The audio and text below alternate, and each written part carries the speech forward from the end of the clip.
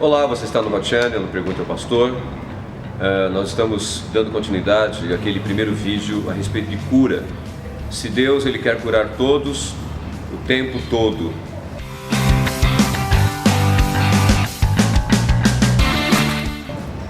Eu queria falar sobre um texto de Marcos capítulo 2, o texto que fala de um paralítico que 4 amigos o levam até onde Jesus está, na casa onde Jesus estava em Cafarnaum. Jesus morou um tempo lá e o texto diz que eles descem o paralítico pelo telhado e Jesus, vendo-lhes a fé, Jesus diz assim: filho, perdoados estão os teus pecados. E aí os fariseus, como sempre, ficam se perguntando como que ele pode perdoar pecados, só Deus perdoa pecados. E Jesus responde o seguinte, uma frase que não era só, com certeza, uma frase feita. Ele disse assim: para que vocês saibam que o Filho do Homem tem autoridade para perdoar pecados, o texto diz assim, que ele disse ao paralítico: levanta-te e anda. E qual é o significado disso? Significa que a obra salvadora, salvífica de Jesus, ela salva tudo: o espírito, a alma e o corpo. Então o corpo está incluído na salvação. A palavra salvação no grego, que é sozo, sozeo, ela também é traduzida muitas vezes como cura, não somente como salvação. Então você vai encontrar nesse texto algo que você encontra na verdade no Evangelho inteiro. A obra redentora de Jesus, ela rendeu também o corpo. Então quando Jesus diz assim, que ele tinha autoridade para perdoar pecados, e ele se vira para o paralítico e diz: levante e anda, o que significa?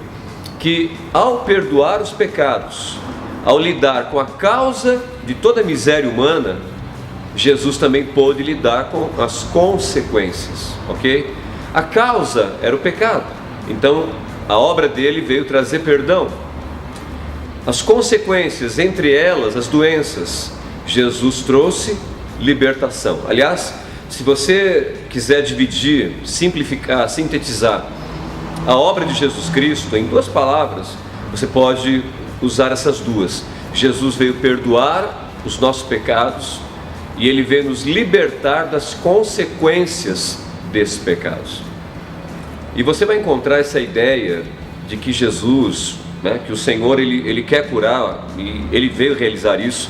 No outro vídeo nós falamos sobre isso, Mateus 8,17, o evangelista Mateus está repetindo os textos messiânicos do Antigo Testamento, falando que Jesus Cristo, ao curar pessoas ali em Mateus, no capítulo 8, ele estava cumprindo as profecias, para que se cumprisse as Escrituras.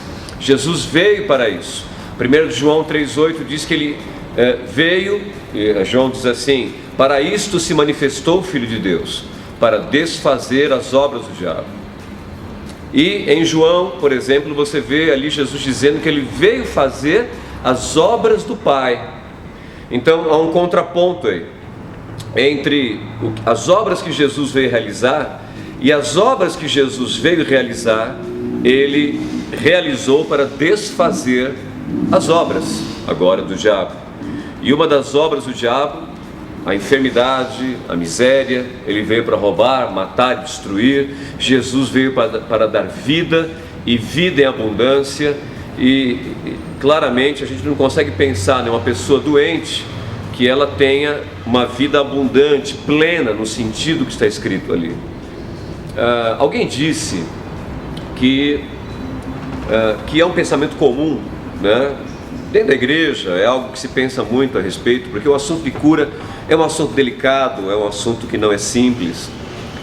Alguém disse assim, que se Deus ele tem propósitos, e é muito comum pensar isso, se Deus tem propósitos a respeito de uma enfermidade, então ele quer ensinar algo para alguém através de uma enfermidade. Um escritor chamado Bill Johnson diz assim: se eu, como pai, eu quisesse ensinar uma lição aos meus filhos, não levando-os ao hospital quando ficassem doentes, não dando remédio, não cuidando deles, a título de ensinar algo a eles, ele disse algo mais ou menos assim: o conselho tutelar viria e tiraria os filhos de mim por maus tratos. Então, a gente lembra daquele texto que Jesus diz assim: se vocês que são maus, vocês sabem dar boas coisas aos vossos filhos, quanto mais o vosso Pai Celestial. Então, se um pai terreno seria preso, seria privado dos seus filhos ao tentar ensinar algo através de uma doença, quanto mais o Pai Celestial.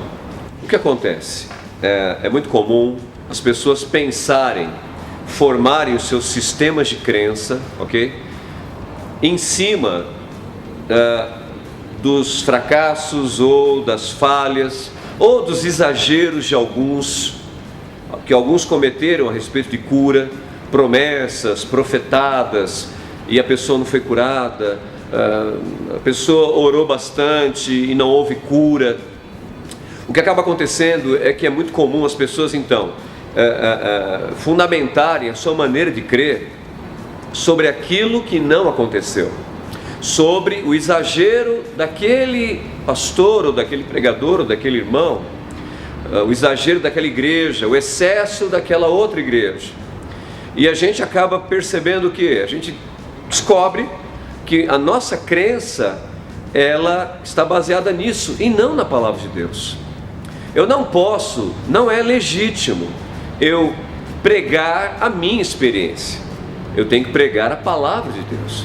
Se a minha experiência não tem sido boa, o que a própria palavra me ensina? Me ensina a perseverar.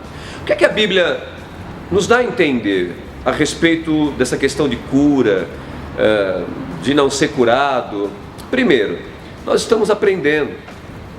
Todos nós estamos aprendendo. Ninguém pode dizer que já aprendeu tudo, que chegou no ápice, não tem mais o que crescer ou aprender, por exemplo, a respeito de fé, a respeito de cura, a respeito da experiência com os enfermos. Então nós estamos aprendendo ainda. Segundo, nós não vamos colocar a culpa, responsabilizar o enfermo, dizer a ele que ele não tem fé, por isso ele não foi curado. Você vai ver na Bíblia muitas vezes que foi a fé de quem orava que curou o enfermo. Aliás, casos muito notórios, pessoas que estavam falecidas, pessoas mortas, voltaram à vida, foram ressuscitadas pelo Senhor Jesus, por Pedro, por Paulo, e é claro que a fé deles, ou a fé delas, estava tão mortas como o corpo delas, E elas ressuscitaram pelo exercício da fé de quem orou por elas. Então, não se vai colocar a culpa sobre o enfermo, muito menos culpar a Deus, porque que Deus não quis, Deus não me ama. E é difícil você pensar em Deus como alguém que não está colaborando com você, que trabalha contra você. E a Bíblia não mostra isso. A Bíblia mostra que Deus quer curar. Há textos como Tiago, quando diz assim: se houver alguém, ou alguém dentre vocês que estiver enfermo, chame os presbíteros da igreja. Então, o que esse texto quer dizer? Se houver alguém, significa que dentro desse alguém, todos nós estamos incluídos. Eu não consigo imaginar, ou a minha leitura ali, eu não consigo enxergar que alguém esteja excluído desse alguém de Tiago, capítulo 5, onde ele fala para chamar os presbíteros, fazer a oração da fé, e a oração da fé vai salvar o enfermo. E a palavra salvar aí é o que eu comentei, em outras versões diz vai curar, porque é a mesma palavra no grego. Salvação no grego também é traduzida como cura. Por quê? Não é só uma questão de gramática, de etimologia, é porque salvação, nela está incluída a cura do corpo. O corpo é salvo das enfermidades, da consequência do pecado, e uma delas é a enfermidade. Então, eu quero deixar essa palavra com vocês, nós daremos continuidade. Eu desejo que você creia, que você trabalhe com aquilo que você sabe, o que foi revelado.